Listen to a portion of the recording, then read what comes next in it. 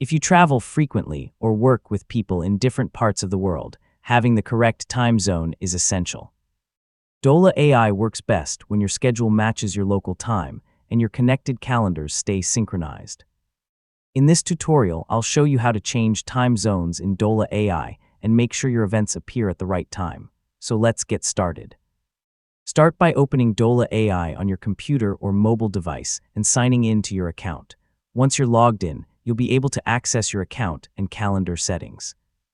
Next, navigate to the Settings section. Depending on your version of Dola AI, look for Account Preferences, Calendar Settings, or Connected Calendar options where time zone settings may be managed. If your version of Dola AI includes a time zone setting, open it and choose the correct region or city from the available list.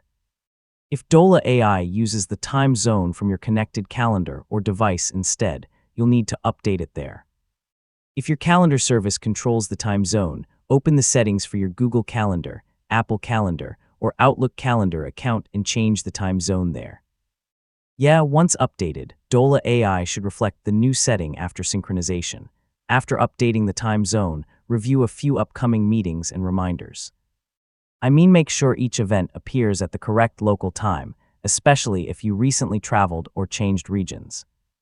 If the updated time zone doesn't appear immediately, refresh Dola AI or reconnect your calendar if necessary.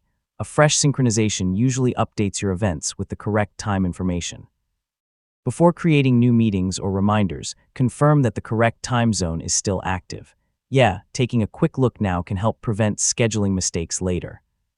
And that's how to change time zones in Dola AI. Keeping your time zone updated helps ensure your reminders, meetings, and calendar events stay accurate wherever you are. If you found this tutorial helpful, don't forget to like the video, subscribe for more practical guides, and thanks for watching. I'll see you in the next one.